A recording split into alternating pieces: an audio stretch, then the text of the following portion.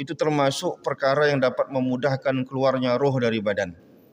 Apa dalilnya? Dalilnya adalah Nabi SAW beberapa saat menjelang meninggal dunia, dia minta kepada Sayyidah Aisyah untuk menyikatkan giginya. Sehingga nanti apa? Ada sebagian orang malah jalan dia ke depan kalau nampak depannya kosong. Dalam mazhab Syafi'i, kalau cara jalannya salah, itu bisa batal solatnya. Makruh hukumnya solat itu perut nempel ke paha. Nah, jadi ketika sujud tidak boleh perut nempel ke paha. Laula an asyqa ala ummati, kata Rasulullah, seandainya tidak memberatkan umatku, la amartuhum bisiwak inda kulli salah, akan kuwajibkan mereka bersikat gigi menjelang solat. Di antara alasan sebaiknya orang tidak solat berjamaah di masjid adalah ketika bau mulut yang sangat kuat yang tidak bisa dihilangkan. La yusalliyanna ahadukum, tidaklah sempurna pahala solat kalian, fi sawbil wahidi, pada pakaian satu potong. Orang mungkin hanya bisa bagian atas yang ditutup adalah bagian kepala. Lalu dia tidak punya atasan, kepala pun tidak tertutup seperti pakai peci kita ini, maka itu hukumnya makruh solatnya. Ta'dilu 25 salatan bila imamah. Pahalanya banyak. Disebutkan di sini 55 kali lipat dibanding solat tak pakai imamah. Sebenarnya ini perkara sunnah yang mesti dijaga. Minimal Jumat bapak pakai imamah. Oh, saya ini bukan ustaz, itu perkara sunnah, bukan perkara ustaz sampai tak ustaznya. Pakai imamah. Imamah ini termasuk pakaian yang bersanad. Sebagian guru-guru kita itu biasanya punya sanad imamah yang dipakaikan oleh gurunya sampai nanti ke Rasulullah SAW.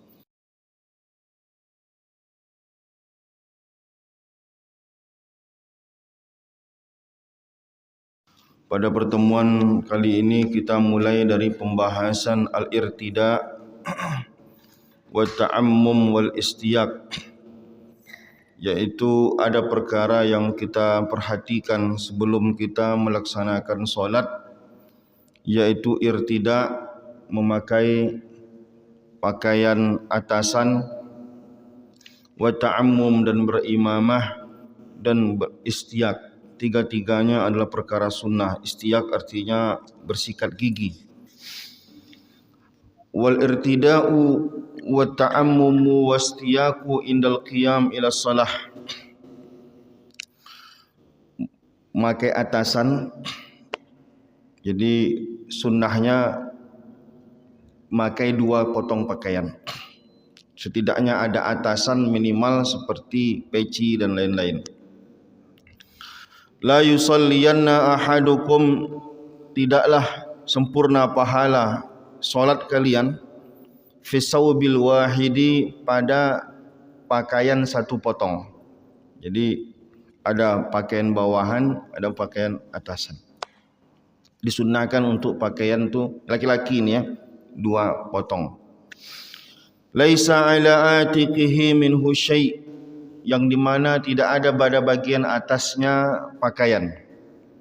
Nah, itu maksud daripada pakaian 2 potong pakaian tadi. Nanti diterjemahkan oleh ulama. Wa Ibnu, kita baca dulu hadis-hadisnya, nanti kita baca keterangannya. Wa Ibnu Asakir, dan berkata Ibnu Asakir, seorang ulama besar bernama Ibnu Asakir, salatu tatawu'in, salat sunnah, au faridatin, maupun salat wajib, bi imamatin. Nah, ini agak sulit di tempat kita, tapi kalau bisa dikerjakan. Salat sunnah maupun salat wajib pakai imamah. Imamah itu artinya pakai sorban kalau kita. Ta'dilu 25 salatan bila imamah. Pahalanya banyak. Disebutkan di sini 55 kali lipat dibanding solat tak pakai imamah. Tapi makna 55 di sini dimaknai banyak. Tak mesti dimaknai dengan angka. Menunjukkan betapa banyaknya pahala yang didapatkan orang yang solatnya pakai imamah. Wa jumu'atun bi imamatin, ini perkataan ulama bukan perkataan Rasulullah. Nanti ada hadisnya di perkataan Rasulullah mendukung ini. Hadisnya bisa dilihat nanti diriwayatkan oleh Ibnu Umar. Sahabat Nabi SAW bernama Ibnu Umar menceritakan tentang solat pakai imamah ini.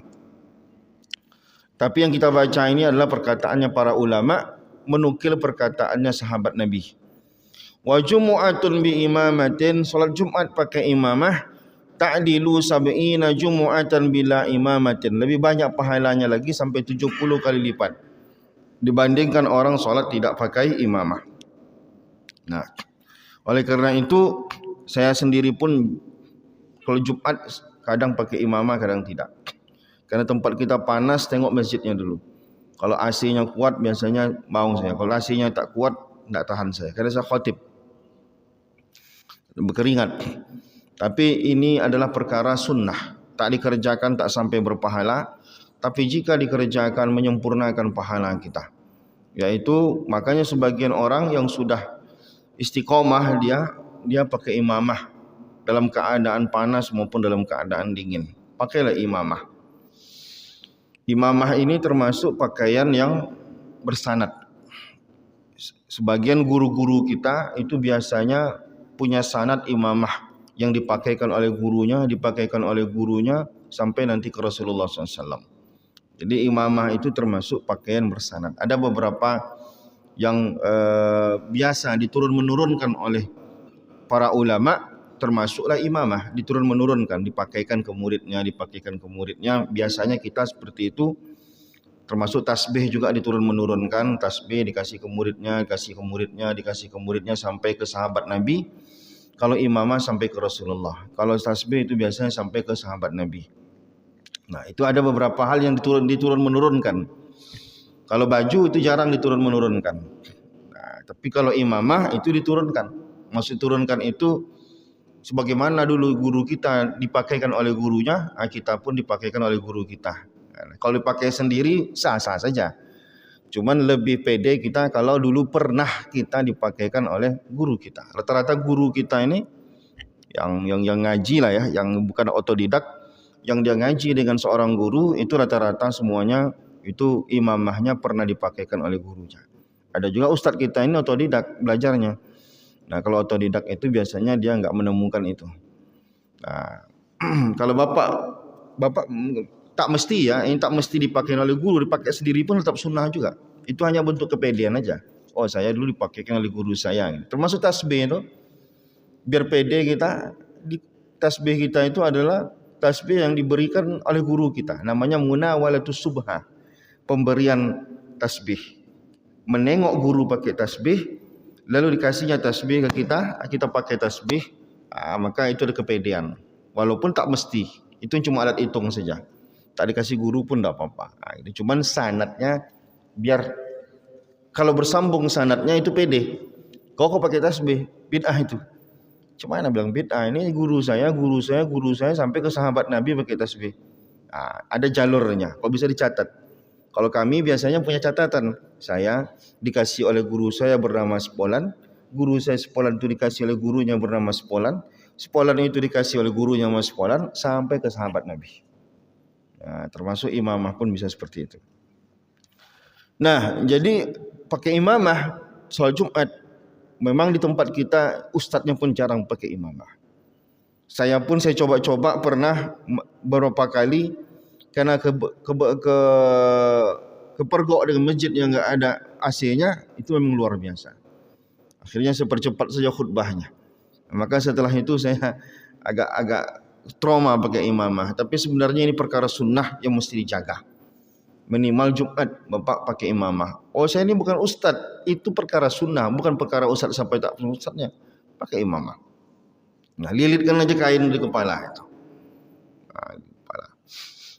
Karena hadis-hadis tentang Nabi pakai imamah itu banyak. Ingat cerita tentang wuduk Nabi berwuduk, dia diangkatnya sedikit imamahnya, lalu diusapnya bagian depannya, mendalil bahwa Nabi pakai imamah serban. Di tempat kita cuma jemaah tabligh yang istiqomah pakai imamah. Orang lain tak ada yang istiqomah pakai imamah. Cuma jemaah tabligh yang istiqomah pakai imamah itu. Nah, gitu. Nah, lalu kemudian itu hadis, tapi ini adalah perkataan Ibnu Asakir. Tapi ada nanti hadisnya diriwayatkan oleh Ibnu Umar. Ibnu Umar ini adalah ulama di kalangan sahabat menceritakan tentang imamah tadi. Berarti dalilnya sampai ke sahabat Nabi. Wasyaikhani, dan diriwayatkan oleh Bukhari dan Muslim. Nah itu pakai irtidak dan imamah. Dan bagaimana dengan sikat gigi? Laula an asyqa ala ummati, kata Rasulullah, seandainya tidak memberatkan umatku, la amartuhum bisiwak inda kulli salah, akan kuwajibkan mereka bersikat gigi menjelang solat. Cuman tak sampai diwajibkan Nabi kerana takut memberatkan. Tapi kata ulama, inilah dalil bahawa perintahnya kuat. Yang awalnya mau diwajibkan oleh Nabi tapi tak jadi diwajibkan, itu menunjukkan perintahnya kuat. Jadi sunnahnya mau solat itu sikat gigi bukan sunnah biasa, tapi sunnahnya muakkad. Ya, bukan sunnahnya biasa. Nanti dalil lain ada di fadilahnya sama seperti tadi. Nanti ada Imam Al-Hakim meriwayatkan sebuah hadis mengatakan bahawa solat pakai sikat gigi pahalanya 70 kali lipat dibandingkan solat yang tanpa sikat gigi. Nah, begitu dia. Dan ini penting. Sikat gigi ini disepakati oleh ulama akan keutamaan-keutamaannya. Maka dalam kitab-kitab fikih pembahasan sikat gigi itu dibahas dalam bab khusus. Dan diceritakan bahawa Nabi Muhammad SAW sangat menyukai sikat gigi. Dan bahkan nanti akan dikisahkan pula bahawa sebagian ulama berpendapat sikat gigi menjelang meninggal dunia itu termasuk perkara yang dapat memudahkan keluarnya roh dari badan. Apa dalilnya? Dalilnya adalah Nabi SAW beberapa saat menjelang meninggal dunia, dia minta kepada Sayyidah Aisyah untuk menyikatkan giginya. Nah, Nabi menjelang meninggal dunia, dia minta Sayyidah Aisyah untuk memakai kayu itu, lalu digigit oleh Sayyidah Aisyah, lalu dia mensikatkan gigi Nabi. Lalu ulama membahas apa keutamaannya. Di antaranya adalah untuk mempermudah keluarnya ruh saat kita sakaratul maut. Gitu dia. Nanti akan sampai pembahasan tentang apa yang disunnahkan bagi kita mendampingi orang yang sedang sakaratul maut. Ada beberapa perkara sunnah yang disunnahkan yang perlu kita lakukan ketika kita mendampingi orang yang sedang sakaratul maut. Di antaranya adalah tadi, ini yang jarang kita lakukan, mensikatkan giginya agar rohnya gampang keluar. Gitu. Ada beberapa perkara, termasuk itu salah satu di antaranya. Qala an-Nawawi fil Jamal Majmu', maka berkatalah Imam Nawawi dalam kitab Al-Majmu'. Apa kata Imam Nawawi? Yusannu, disunnahkan, kata Imam Nawawi, ay yaj'ala ala atikihi sauban. Saat solat itu bagian atas ini harus ada pakaian. Jadi kan 2 potong. Kalau Nabi itu berpakaiannya 2 potong, bawahan dan atasan. Nah, sebenarnya kalau solat pakai bawahan aja cukup, karena udah menutup aurat. Nah, bawahan maksudnya ini dari pusar sampai ke bawah, itu bawahan. Harus potongan satu lagi. Nah, kata Imam Nawawi, disunnahkan harus ada atasannya solat itu. Fa illam yajidhu, kalaupun tidak ketemu ada pakaian atasannya, ja'ala hablan alaihi, setidaknya tali dililitkan.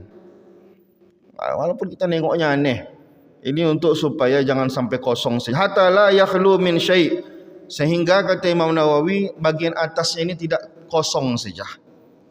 Tetap ada yang melilit di situ. Apakah nanti sorbannya, selendangnya dan lain-lain. Wa yukrahu tarku zalika, dan itu makruh. Kakashfi ra'sin. Contohnya apa?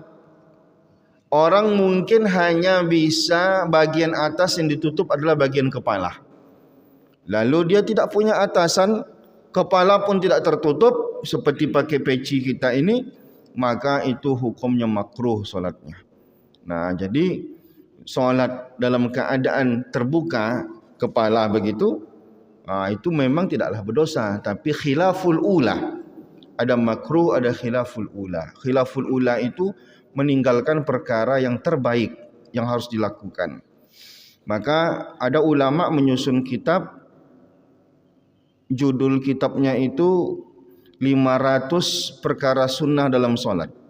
Jadi sunnah dalam solat itu bisa ada yang menyebutnya 500, mau menyusunnya sampai 500, ada juga ulama menyusunnya sampai 800. Kalau saya punya kitab 500, yang 800 saya tidak punya. 500 perkara sunnah dalam solat, diantaranya pakai peci solat. Nah, itu perkara sunnah. Nah, tapi tingkat sunnahnya tak setinggi tingkat sunnah sikat gigi tadi. Jangan pakai peci ya, tapi sikat gigi enggak. Nah, walaupun dua-duanya adalah perkara sunnah. Kalau dua-duanya perkara sunnah, jadi duanya hal-hal yang berbeda. Sama seperti pertanyaan apa hukum orang puasa tapi tak solat. Ya urusannya beda. Puasa urusannya lain, solat urusannya lain. Nah, tapi kalau dihitung-hitung mana yang lebih afdal, ya dua-duanya lah. Sama seperti orang solat hari raya, iya, tapi sembahyang subuh tidak. Ya, itu dua hal yang berbeda. Ketika dia solat hari raya dapat pahala sunnah, ketika dia meninggalkan solat subuh, dia meninggalkan kewajiban. Gitu. Jadi kalau diadu-adu mana yang paling afdal, mana kalau dipilih mana yang lebih elok, anda usah sembahyang hari raya dia asalkan dia sembahyang subuh. Kan begitu. Orang kita tidak, yang penting solat hari raya, sembahyang subuh tidak masalah. Nah, jadi kata Imam Nawawi begitu. Bagian atasan ini tertutup. Nah, jadi disunnahkan berpakaian dengan 2 potong pakaian. Allahu a'lam, ini adalah perkara sunnah di saat kita solat. Tapi yang paling tinggi tingkat kesunnahnya tadi itu adalah, ini tingkat sunnah sebelum solat. Yang paling tinggi tingkat kesunnahnya adalah sikat gigi. Dari semua itu sikat gigi paling tinggi tingkat kesunahannya. Terutama orang yang mungkin mulutnya bau. Semua ulama menyusun apa alasan orang sebaiknya tidak solat berjamaah di masjid. Di antara alasan sebaiknya orang tidak solat berjamaah di masjid adalah ketika bau mulut yang sangat kuat yang tidak bisa dihilangkan. Nah, dia misalkan tak makan sesuatu, mulutnya bau, lalu dia tak punya sikat gigi di rumah sehingga dia bau, orang akan kebauan, maka dia justru tidak bagus, tidak elok, tidak afdal solat berjamaah di masjid. Dia solat sendiri. Nah, jadi ada beberapa alasan di antaranya itu. Nah, kalau kita memaksakan tanpa sikat gigi, kadang kita ke masjid. Nah, terutama subuh, maka itu tidak baik. Karena semua kita itu berbeda bau mulutnya. Ada yang mungkin perutnya, lambungnya tidak sehat, maka mulutnya bau. Ada orang yang mungkin sahur, ada yang tidak sahur. Ada yang mungkin makan malamnya, ada yang tak makan. Nah, gitu. Ada yang orang baru bangun betul, ada yang mungkin sudah lama bangunnya. Kalau dia baru bangun betul itu bau sekali. Tapi kalau dia bangun lebih daripada sejam lalu, sempat ngobrol-ngobrol dengan istrinya, biasanya bau mulutnya berkurang.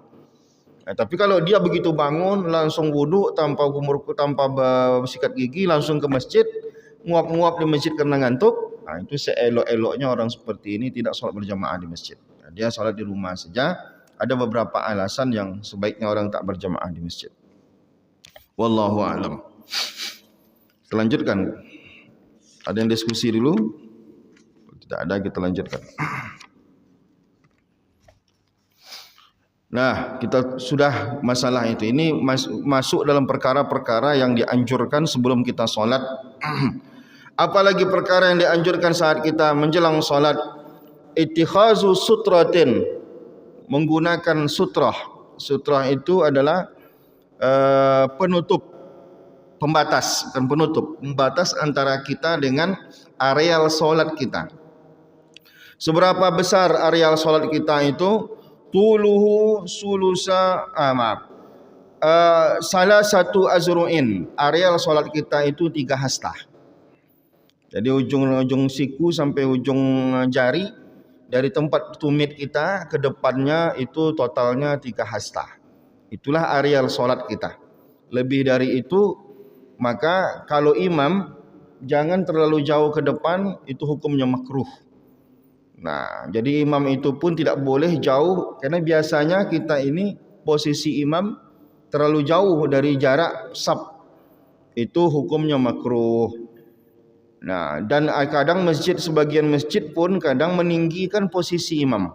Itu juga tidak baik, itu juga hukumnya makruh. Nah, kan ada masjid biasanya dikasih keramik agak tinggi posisi imamnya. Itu tidak baik. Lebih afdalnya sejajar antara imam dengan makmum. Dan jarak makmum dengan imam kadang tempat kita juga terlalu jauh. Nah, kalau ini kan agak dekat, kadang sampai ke terlalu jauh. Nah, itu tidak baik. Jarak antara kita, areal solat kita itu dibuat 3 hasta. Kalau ini sejadahnya kita tak tahu apakah sampai 3 hasta atau tidak. Seafdal-afdalnya sejadah itu dibuatlah 3 hasta. Tapi ada masjid kita kadang sejadahnya cuma 120. Kalau 3 hasta itu kalau kali 60 berarti 180. Itu 3 hasta. Rata-rata masjid kita 140, ini mungkin 140. Nah, seelok-eloknya sampai 3 hasta, yaitu 180. Tapi agak mahal lah jadinya. Nah, tapi itu menghindar, karena itulah areal solat. Sehingga pun kita tidak menyeruduk dengan orang di depan kita. Karena disunnahkan untuk makruh hukumnya solat itu perut nempel ke paha. Nah, jadi ketika sujud tidak boleh perut nempel ke paha. Memang kalau dia jarak sejadahnya pendek, itu biasanya dia tempelkan perut ke paha supaya ukuran sujudnya kecil. Nah, tapi itu makruh hukumnya. Sebaiknya seperti apa? Sebaiknya itu sunnahnya adalah itu tegak paha kita itu sehingga perut tidak menempel ke paha. Dan itu butuh areal yang agak panjang. Nah, gitu. Nah, maka kalau 120 sejadahnya itu akan jadi problem. Tapi kalau sejadahnya sampai 180 insyaallah itu akan teratasi lah. Bisa lah dijalankan sunnah itu. Karena kalau 120 tadi dipaksakannya kepalanya masuk ke sarung orang lain. Saat dia bangun nanti ya dicampaklah pecinya segala macam, lalu hati pun berkata-kata, yang nyerodok tadi hatinya tak enak, yang kemudian nanti yang diserodok mungkin emosi lagi sholat, akhirnya hilang kekhusyukan. Nah, gitu dia. Jadi ini sebenarnya kalau ini standar lah ini. Tapi nggak tahu saya ini kalau dihitung sampai 180 atau tidak, nampaknya cuma 140 ini. Nah, karena ulama menghitung satu hasta itu antara sikut dengan ujung jari yang normal yang disebut dengan satu hasta itu adalah sekitar 60 cm. Nah, 60 kali 3 180. Nah, jadi kita bicara tentang sutra. Letakkanlah sutra di 3 hasta tadi. Tempat kita berdiri hitungannya tumit. Jadi kalau menghitung berdiri itu hitungnya tumit, bukan ujung jari. Sama seperti kita sholat berjamaah. Kalau kita sholat berjamaah, yang penting imamnya lebih ke depan sedikit dibandingkan dengan makmum. Nah, yang ke depan itu apanya? Bukan ujung kakinya, tapi tumitnya. Jadi menghitung berdiri itu bukan ujung kaki, tapi menghitung berdiri itu adalah batas tumit. Jadi kalau kita sholat berdua dengan imam itu makmum tidak boleh lebih ke depan dari imam, tak sah solatnya. Maka sunnahnya dia lebih bergeser sedikit biar imam lebih ke depan dibandingkan dengan dia. Nah, maka ke depannya itu hitungannya bukan ujung jarinya. Karena kalau ujung jari orang bisa sepatunya 37, ada juga orang sepatunya 47. Oleh karena itu yang dihitung itu adalah tumit, termasuk merapikan saf itu bukan ujung jari. Merapikan saf itu adalah tumit. Nah, kalau kita pengen merapikan sejajar saf, kalau kita mungkin membatasi putih ini adalah ujung garis putih adalah tempat berdiri, tumit. Ya udah, di situlah tumit kita. Nah, adapun nanti ujung jarinya tak rata, ya tergantung ukuran sepatu orang. Ada yang kakinya panjang, ada yang kakinya pendek, ada yang ukuran badannya kecil, ada yang ukuran badannya besar, sehingga tidak bisa dihitung ujung jari. Nah, tapi kalau tumit, itulah ukuran standarnya.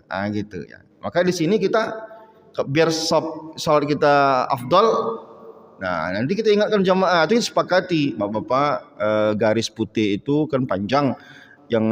tumit kita letakkan di garis paling belakangnya. Udah, kita semua insya-Allah jajar gitu. Nah sekarang sutra itu apa saja? Asalkan benda. Seafdal sutra itu adalah benda setinggi 2/3 hasta. Seafdalnya sutra itu, sutra pembatas tadi, benda yang tingginya seukuran 2/3 hasta. Nah, jadi kalau kita kalau kita bilang yang 40 cm lah. Buat sutra sekitar 40 cm. Tapi bisa apa saja bendanya, tas kah ataupun benda apa saja, tapi tak mesti seukuran itu. Ini cerita yang paling afdal. Cerita yang paling afdal itu karena ceritanya Nabi dalam hadis Sahih Bukhari itu banyak diceritakan hadis tentang ini. Maka letakkanlah benda yang tingginya sekitar 2/3 hasta, 40 cm. Ada biasanya beberapa masjid menggunakan kayu itu. Tapi ingat, hasta, sutra itu tidak mesti itu. Nanti Nabi juga menceritakan, kalaupun tidak ada, garis saja cukup. Maka banyak ulama kita mengatakan ini sudah cukup, karena sudah ada garisnya. Sejadah kita ini dianggap sudah ada garis. Maka tak boleh, kalau ada orang sholat di situ, tidak boleh lewat di dalam garis. Ini garis ini, batas sejadah. Nah, karena ada hadis Nabi nanti menceritakan meskipun di garis saja, gitu. Nanti kita baca hadisnya. Nah, wanudi fabastul musalli fakhattun amamuhu tulan. Oke, itu penjelasannya. Wanudi badaf umarin mukallafin. Disunnahkan kalau ada orang lewat di areal sholat kita, disunnahkan untuk menolaknya, mendorongnya, tapi hanyalah orang yang mukallaf. Mukallaf itu artinya orang yang mengerti, udah baligh dia, bukan anak-anak pun dibanting juga, tidak boleh. Ada orang lewat depan kita tengok dia mukallaf. Mukallaf itu artinya ini anak udah baligh, ini anak waras, ini anak. Maka lewat dia di areal solat tadi disunnahkan bagi kita untuk menahannya. Bahkan dalam hadis lain nanti dijelaskan falyuqatilhu, bunuh maksudnya adalah ditafsirkan oleh ulama, maksud bunuh di situ dorong lebih keras lagi, bukan dibunuh dalam pengertian kita. Nah, tapi yang yang dimaksud di situ mukallaf. Adapun anak kecil yang udah lalu-lalu lewat, kadang ada orang terlalu kejam pula karena baru belajar dia. Anak kecil pun dibantingnya. Nah, itu tak berlaku untuk anak-anak. Kalau anak-anak begitu tak ngerti apa-apa, dia lewat depan kita, dia belum punya akal, dia belum punya tahu mana baik mana buruk, ya apa boleh buat. Kita ingatkan dia sebelum sholat, toh nanti dia lewat-lewat juga, tak jadi masalah. Wa qala al-Baghawi, berkata Imam Baghawi fi syarhi sunnah, dalam syarah sunnah, iza bayyana, apabila bayyanal imamu, si imam telah menjelaskan maudhi'a salatihi bi'asan aw ghairiha. Imam udah, jadi dulu di zaman Nabi enggak ada salat yang berdinding seperti ini. Bahkan masjid-masjid yang ada dinding seperti ini kan baru. Nah, jadi Nabi pun salat di masjidnya itu plong saja. Maka sebenarnya kalau sholatnya berjamaah, yang perlu dikasih sutra itu adalah imamnya. Kalau di depan imamnya masih lalu lalang orang, ini misalkan masih ada lalu lalang orang, karena di ruang itu masih ada orang, ruang sana masih ada orang, lalu orang lalu lalang, maka si imam harus mengasih sutra di depannya. Tapi di zaman Nabi sutra itu setidaknya tongkat pun bisa, letakkan tongkat. Nah, di depan. Jadi kalau seandainya imam sudah menegaskan posisi dia, letakkannya tongkat, dipancaknya tongkat depan dia. Nah, la hajata lil ma'mumin, maka tidak perlu lagi bagi si makmum meletakkan sutra. Kalau kita sholat berjamaah itu aman. Yang jadi persoalan nanti kalau kita sholatnya sendiri. Kalau kita sholatnya sendiri, maka pilihlah yang paling ke depan sehingga kita tak perlu pakai sutra. Sebaik-baik sutra itu dinding ini. Kalau udah ada dinding, maka itulah sutra yang paling besar. Ini masalahnya kalau kita solatnya di depan kita tidak ada sutra. Kalau orang solat di depannya ada orang, orang di depannya itulah sutranya. Nah, begitu dia. Ini kan batas saja supaya orang tahu, oh inilah areal solat orang. Jangan lewat di areal solatnya, hukumnya haram. Karena kata Nabi, melewati solat di areal solatnya orang itu sebaiknya ditunggu. Dan kalau harus menunggu sampai 40 tahun pun tunggu sampai 40 tahun agar kita tidak melewati areal salat orang tadi. Nah, cuman kalau kita sudah sepakat memang kayu sutra ataupun bahan sutra tidak ada, maka garis ini sudah kita sepakati sebagai batas sutra. Maka seelok-eloknya jangan salat sunnah sendirian itu di sap-sap yang belakang. Jika di depannya masih ada orang, maka salatlah di depan yang mungkin orang tak akan lagi melewati kita. Kadang jemaah ini itu pula penyakitnya karena tidak paham Jumat. Tidak semua orang solat Jumat itu kadang saya lihat mengejar saf yang paling depan. Ada juga dengan sengaja kadang mencari saf yang di belakang tiang. Ada juga yang cari saf kadang di dinding-dinding gitu ya, mungkin dia kelelahan. Nah, tapi tak begitu yang paling afdalnya. Selagi masih ada di depan, sehingga nanti apa? Ada sebagian orang malah jalan dia ke depan. Kalau nampak depannya kosong. Dalam mazhab Syafi'i, kalau cara jalannya salah, itu bisa batal sholatnya. Kalau dia berjalan ke depan sehingga gerakan besarnya sampai 3 kali, itu membatalkan sholat. Lebih baik dia tetap sholat. Misalkan dia sholat di saf 5, tengok depannya kosong ke depan dia. Tapi langkahnya sampai bergerak, gerakan badannya itu sampai 3 kali. Kanan, kiri, kanan, kiri. Udah 4 itu. Maka dah batal sholatnya. Itu dalam mazhab Syafi'i. Ulang balik sholatnya. Maka tidak boleh. Walaupun ada ulama lain nanti yang meringankan masalah itu hanya masalah kekhusyukan saja. Tapi justru dalam mazhab Syafi'i tidak.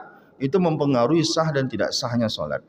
Jangan dilakukan. Maka dari awal pilihlah yang depan. Kalaupun ada kosong di depan, tidak usah sampai maju ke depan, tak ada masalah. Kalau sampai membatalkan sholat. Nah, hati-hati. Karena yang boleh bergerak banyak hanya organ kecil. Misalkan jari bergerak 3 kali, 4 kali, 5 kali. Jari saja itu namanya organ kecil, itu boleh. Tapi kalau organ besar bergerak, nah dengan sengaja tanpa ada kebutuhan, maka itu membatalkan sholat. Nah, hati-hati. Iza shalla ahadukum, maka apabila kalian sholat, falyaj'al tilqa'a wajhihi syai'an, letakkanlah di depan kalian sesuatu. Tadi sutra tadi, falyansib asan, bisa dengan menancapkan ason, tombak, nak panah, tancapkan depan. Fa in lam yakun ma'hu asan, kalau tidak ada tongkatnya, falyahtut baina yadayhi. Itu tadi saya bilang, falyahtut, yang itu di garis. Minimal orang tahulah. Seperti yang kita ini falyahtut namanya. Ini dah kita garis. Garis putih itu dah areal orang. Di belakang area garis putih itulah areal orang itu. Jadi kalau bapak sholat di sini, kalau bapak lewat di sini, depan-depan ini yang jauh di sini tak ada masalah. Yang tak boleh tadi bapak sholat lewat di depan areal 3 hasta tadi. Kalau bapak melintasi orang lewat lebih dari 3 hasta tadi, tak ada persoalan. Bukan berarti sejauh-jauh mana asalkan di depannya tak boleh lewat, itu susah sekali kita. Tak bisa. Ini melewati arealnya tadi. Kalau kita melewatinya di luar dari areal, tidak ada persoalan. Nah, begitu dia. Falyahtut, kata Nabi, garis. Maka inilah dalil bahwa garis boleh. Seperti yang kita lakukan. Maka tak semua masjid itu saya lihat beli kayu sutra itu. Walaupun ada sebagian beli juga. Ada sebagian yang beli kayu sutra, dia mungkin lebih hati-hati karena banyak jamaahnya agak mada dikit. Kalau sholat sukanya belakang-belakang ya. Kadang habis. Kalau kita okeylah berzikir berjamaah. Ada juga masjid-masjid yang tidak berzikir berjamaah. Kadang selesai solat lewat-lewat saja, mana batas orang dah solat sunnah dan lain-lain, sehingga tidak teratur. Nah, untuk mengatur itu ada sebagian masjid kadang dibelinya lah kayu sutra itu. Karena jamaahnya tak paham gitu. Kalau di kita ada zikir berjamaah, habis zikir berjamaah baru kita solat sunnah, itu kadang membuat dia lebih teratur. Nah, summa la yadurruhu ma marra amamahu. Wasyaikhani diriwayatkan oleh Imam Bukhari dan Muslim, iza shalla ahadukum ila syai'in yasturuhu minan nas. Apabila kalian salat menghadap sesuatu yang menutup dia dari orang-orang, fa arada ahadun an yajtaza baina yadayhi falyadfa'hu. Dari pasang dia kain sutranya. Lalu ada orang maksa mau lewat, falyadfa'hu. Maka itulah tadi mengapa ada orang solat tangannya diginikannya. Ini tuh maksudnya dorong. Nah, tapi dorong keras. Tak dorong keras lewat juga dia. Tak perlu kita sampai berkelahi gara itu. Berarti dia tak paham. Nah, gitu. Mungkin kita ngaji, dia tak ngaji, kan tak semua orang ngaji. Nah, apalagi kadang anak-anak yang dia jangankan ngaji ke masjid pun dipaksa ayahnya, dah lari, tiba-tiba aja kita membantang tangan begitu, terpelanting anak-anak, ya itu kan bukan malah baik gitu. Ya paling kita kan dengan ngaji-ngaji ini tahu kita, lalu kemudian kita tak pun ngaji saat ini udah lama kita tahu tidak boleh lewat di areal orang yang sholat. Berapa arealnya tadi itu? Sepanjang 3 hasta ke depan. Nah, falyuqatilhu. Ini tadi banyak orang, jangan sampai kita menerjemahkan secara harfiah. Lewat juga dia bunuh. Tapi bunuh di sini ditafsirkan oleh ulama, jangan diterjemahkan hadis secara harfiah. Maka maksudnya adalah dorong lebih keras. Tak juga mau dia dari keras kan, tak mau juga dia lewat juga dia, adalah biarkan aja, lanjut ya sholat kita. Nah, jadi kuat perintahnya karena hadisnya banyak menunjukkan perintahnya kuat. Bukan hadis biasa, bahkan dalam Sahih Bukhari dan Muslim pun ada menunjukkan hadisnya hadis yang kuat. Wallahu a'lam bishawab. Perlu kita ketahui bahwa yang bersumber dari Nabi itu ada 4 macam. Ada namanya Jabali. Jabali itu adalah perilaku Nabi selaku manusia biasa. Contohnya bentuk piring Nabi, bentuk rumah Nabi, bentuk gaya Nabi berjalan dan lain-lain. Dan itu tidak wajib dan tidak sunnah untuk diikuti. Namun kalau kita pengen bermirip-mirip dengan Nabi, dapat pahalanya di situ. Paham maksudnya Pak ya? Nah, Nabi itu rambutnya gondrong sampai ke bahu rambut Nabi. Apakah sunnah kita rambutnya gondrong? Tak ada bapak yang rambutnya gondrong. Karena itu termasuk perkara yang jabali. Jabali itu artinya di zaman Nabi itu manusiawi seperti itu. Karena tidak banyak tukang cukur seperti kita dan lain-lain. Dan di zaman itu bukan perkara yang tidak baik, bukan perkara yang menyerupai perempuan. Memang begitulah keadaan orang. Nah, hari ini kalau kita panjangkan rambut kita, memanjangkan rambut tidak otomatis kita dapat pahala. Bisa dapat pahala, gimana caranya? Saya memanjangkan rambut ini biar mirip aja dengan Nabi. Karena cinta dia dengan Nabi itu dia dapat pahala, bukan karena memanjangkan rambutnya. Itu satu, namanya Jabali. Ada hadis Nabi yang justru Nabi aja yang boleh, orang lain tak boleh. Perbuatan Nabi. Contohnya apa? Nabi itu menikah lebih 4 kali. Itu Nabi aja yang boleh, tak boleh kita, oh ini sunnah nih. Enggak, itu enggak sunnah, itu khusus namanya. Nah, apalagi misalkan Nabi itu boleh nikah tanpa wali. Kalau kita wajib nikah tanpa pakai wali dan lain. Itu namanya khasais an-nabawiyah, perkara yang khusus Nabi yang justru kita ikut, kita berdosa ngikutnya. Masa kita nikah 12? Kenapa Bapak nikah 12? Ya Nabi 12. Enggak, itu khusus. Nah, yang sunnah yang jadi hujah adalah ketika Nabi mempraktekkan sesuatu dan ketika Nabi menjelaskan sesuatu. Nah, begitu. Nah, perkara kuning dan segala macam, Nabi pernah tidak makan kadal Arab. dihidangkan Nabi tak mau makan. Ada kadal Arab boleh dimakan, beda dengan kadal kita. Kadal Arab itu dia makanannya sayur, makannya dan daunan, boleh dia dimakan. Dihidangkan ke Nabi. Nabi tak mau makan. Kata Nabi, saya tak mau makan karena orang kampung saya tak biasa makan ini. Pertanyaannya adalah, kalau kita makan berdosa enggak kita? Enggak masalah. Karena Nabi hanya menjelaskan dia tak suka makan itu. Selaku manusia dia tak suka karena di kampung dia tidak ada orang masak itu. Sama seperti saya ini orang laut. Bapak saya nelayan, saya pun waktu kecil kerja saya ke laut terus. Ikut bapak saya. Saya sampai sekarang tak bisa makan belut. Kenapa saya tak bisa makan belut? Karena saya tak pernah dikasih belut. Istri saya baru ngasih saya belut dan saya tak mau makan. Nah itu contoh ya. Saya tak makan belut itu karena saya tak pernah di kampung mak ayah saya waktu kecil ngasih belut. Normal selaku manusiawi. Karena saya orang laut, saya tidak begitu sukanya makan makanan laut gitu. Nah Nabi tak suka dia makan dok tadi ataupun kadal tadi karena dia di kampungnya tak biasa orang makan itu. Nah, kalaupun hari ini kita makan tak ada berdosa. Nah, Nabi misalkan tidak menyukai warna tertentu. Perlu kita cari tahu dulu. Itu hujahkah, syariatkah atau itu selaku manusiawi biasa?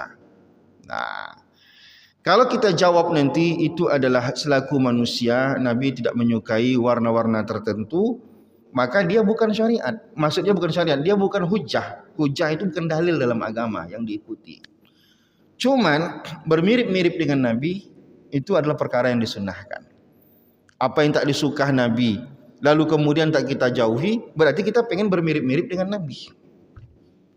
Jika ada warna-warna tertentu yang mungkin Nabi tidak suka, kalaupun tidak suka, nanti kita bilang itu hujah, paling batasnya adalah makruh.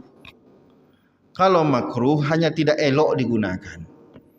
Ya misalkan Nabi kita katakan Nabi memang tidak menyukai warna oranye misalkan atau warna merah.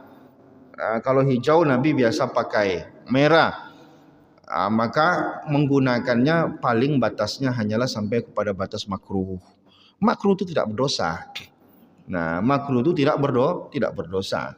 Hanya saja ada yang warna yang lebih afdol jika dipakai. Nah, begitu dia. Maka nanti makruh itu termasuk nanti khilaful ula. Khilaful ula itu apa? Perkara yang lebih eloknya begini gitu. Seelok-eloknya begini. Kalau kita ini banyak yang lebih elok lagi. Cara penampilan kita, jenggot kita dan lain-lain banyak yang lebih elok lagi. Cuman mungkin kita tidak menjalankan semua sunnah. Tapi kita mana yang bisa kita kerjakan, kita kerjakan. Nah, jadi kita bedakan Pak, mana yang perbuatan Nabi, yang itu dia adalah syariat yang menjadi hujah, mana yang dia hanya manusia biasa, mana yang nanti memang khusus hanya Nabi saja. Tak bisa kita ikuti Nabi semuanya. Nabi ini kalau sholat witirnya wajib, bagi kita hukumnya sunnah. Nabi itu kalau berkurban hukumnya wajib, bagi kita hukumnya sunnah.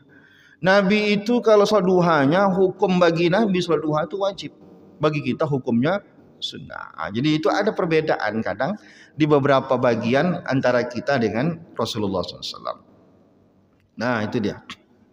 Memang kalau ditengok sunnahnya, pakaian sholat itu sesunnah-sunnahnya adalah putih. Malah sunnahnya adalah warna apapun bukan warna yang sunnah. Dalam sholat warna yang sunnah adalah warna putih. Maka Jumat minimal kita jangan pakai sorban, pakai pakaian warna putih untuk mendapatkan kesempurnaan sunnahnya. Kalau ibu-ibu tak mesti putih. Ini bapak-bapak. Kalau ibu-ibu yang penting mana warna yang dia nanti, yang tak dibolehkan adalah warna yang menyerupai warna kulit. Warna yang menyerupai warna kulit ibu-ibu tak boleh pakai. Nah, asalkan tidak mewarnai kulit tak ada masalah. Yang penting ada pula aturan lain lagi. Nabi pernah juga memulangkan pakaian yang dikasih orang. Dikasih Nabi pakaian, dipulangkannya. Ternyata di pakaian itu terlalu banyak gambar-gambar yang menyita perhatian. Jadi Nabi khawatir Nabi nanti orang sholat kehilangan kekhusyukan. Bahkan gorden pun pernah Nabi dan Sayyidah Aisyah minta diganti. Karena kalau sholat nanti menyita perhatian. Karena solat di depan sesuatu yang menyita perhatian itu menghilangkan kekhusyukan, maka hukumnya udah makruh dari awal. Contohnya apa? Solat depan kaca. Itu hukumnya makruh. Kenapa solatnya kaca makruh? Karena menyita perhatian kita. Menengok diri kita di depan kaca, berkata-kata. Solat dengan pandangan yang luas. Nah, misalkan kita solat depan jendela, solat depan pintu, mata kita terlalu luas melihat orang-orang. Nah, maka itu hukumnya udah makruh dari awal. Nah, gitu.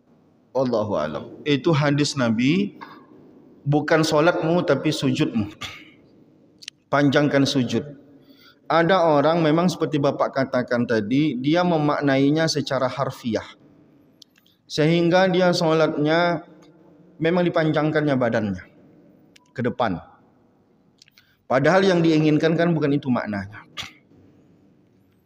Panjang ke depan itu tadi memanglah sunnah solat, yang penting perut tidak menempel ke paha. Adapun kita lihat kadang orang sampai masuk ke areal orang lain kepalanya solatnya udah lebih dari 3 hasta. Bukan itu yang dimaksud dari hadis tadi. Panjang sujud tadi adalah panjangkan waktu sujudnya.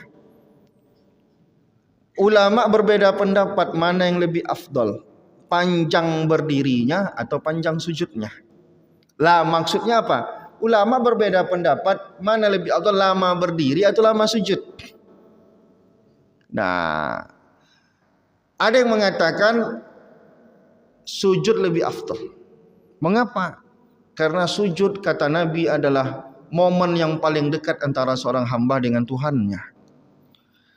Tapi memang mayoritas ulama lebih banyak mengatakan berdiri lebih afdal. Mengapa? Karena saat berdiri dia banyak baca ayat Quran. Berdiri lama itu maksudnya bacaan ayatnya panjang, itu maksudnya. Kalau sujud lama itu maksudnya dia banyak berdoa dalam sujudnya. Tapi dengan perdebatan ulama tadi menunjukkan bahwa sujud lama itu disunahkan. Tapi untuk orang yang sholat sendirian, bukan orang sholat berjamaah, imam tidak boleh sepanjang-panjang semau dia, kecuali imam kalau mau memanjangkan sholatnya, baik berdirinya, rukuknya maupun sujudnya, mesti biittifaqil makmumin, mesti dengan kesepakatan dengan makmum-makmum. Dia tak boleh punya kebijakan sendiri saja. Milih ayat yang panjang pun si imam mesti minta kesepakatan dulu. Jika tidak ada kesepakatan, maka imam lebih afdal memilih ayat-ayat yang pendek untuk sholat. Nah, kalau ini ceritanya sholat sendiri. Maka ada nanti kita dengar sahabat-sahabat Nabi itu, dia dari sore hari udah berniat, malam ini saya tahajud, kerja saya sujud. Sujud dia dari isya sampai subuh. Ada yang berdiri dari isya sampai subuh. Nah, jadi inilah dalil-dalil tambahan yang menerangkan bahwa yang dimaksud dengan sujud tadi adalah memperlama sujudnya. Apa yang dilakukan ketika lamanya sujud tadi? Kalau cuma sekedar lama-lama dikit dari biasanya orang baca zikir sujud itu baca 3 kali, 5 kali atau 7 kali. Biasanya orang lebih dari itu dia memperbanyak berdoa. Semua posisi solat tadi itu kita bisa berdoa, tapi posisi yang paling afdal berdoa saat solat adalah sujud. Dalam solat kita boleh berdoa, tapi nggak boleh ke bahasa Indonesia, nanti batal solat kita. Nah, posisi yang paling afdal dalam berdoa dalam solat adalah sujud. Nah, oleh karena bukan sujud terakhir saja, sujud pertama, sujud kedua, sujud ketiga, keempat. Nah, orang kita memang sujud terakhir itu lebih ditekankan lagi, memperlama sujud. Selama-lamanya, sejam boleh enggak Ustaz? Boleh, enggak ada masalah. Tapi jangan sholat berjamaah. Nah, soalnya sholat sendiri, bacalah sejam Bapak sujud. Dan kita lihat saat para ulama itu mendoakan orang itu dalam sholat. Imam Ahmad bin Hanbal, Imam Hambali mendoakan Imam Syafi'i radhiyallahu taala anhu itu dalam sholat. Dia mendoakan Imam Syafi'i sampai puluhan tahun dalam sholatnya. Boleh berdoa dalam sholat. Dan itu mana yang lebih kabul? Lebih kabul doa dalam sholat adalah di momen terbaiknya. Kapan momen terbaiknya? Saat kita sangat dekat dengan Tuhan. Kapan kita sangat dekat dengan Tuhan? Saat kepala kita menempel ke lantai saat kita sujud. Oleh karena itu lama sujud. Itu yang dimaksud. Memang saya paham yang Bapak maksud itu. Ada sebagian orang saya lihat juga kadang entah dari mana dia memahami hadis itu sehingga badannya dia pantatnya itu udah melewati pahanya. Nah, dia lewat dan kalau dia sholat berjamaah otomatis menyerodok orang lain. Dia tak cukup nih sama dia ini. Tak cukup sama dia. Padahal ini seharusnya semua orang udah cukup lah. Yang penting kalau sujud itu perut kita tidak menempel ke paha kita, itu udah cukup. Enggak mesti aja jadi ini masalah penafsiran. Maka saya sering katakan hadis Nabi maupun ayat Quran tidak dipahami secara teks. Kalau dipahami secara teks saja, maka kita akan memahami secara tekstual. Maka memahami ayat Quran maupun hadis Nabi itu menggunakan tafsir atau menggunakan syarah hadis. Begitu caranya. Wallahu a'lam bishawab. Nanti mungkin ustaz lain punya jawaban lain lagi. Tapi sepanjang ilmu yang saya pelajari bukan itu yang dimaksud. Tapi yang dimaksud adalah memperlama sujud kita. Adapun panjangnya tadi badan kita, yang penting tadi tidak menempel antara perut kita dengan paha kita. Wallahu a'lam bishawab.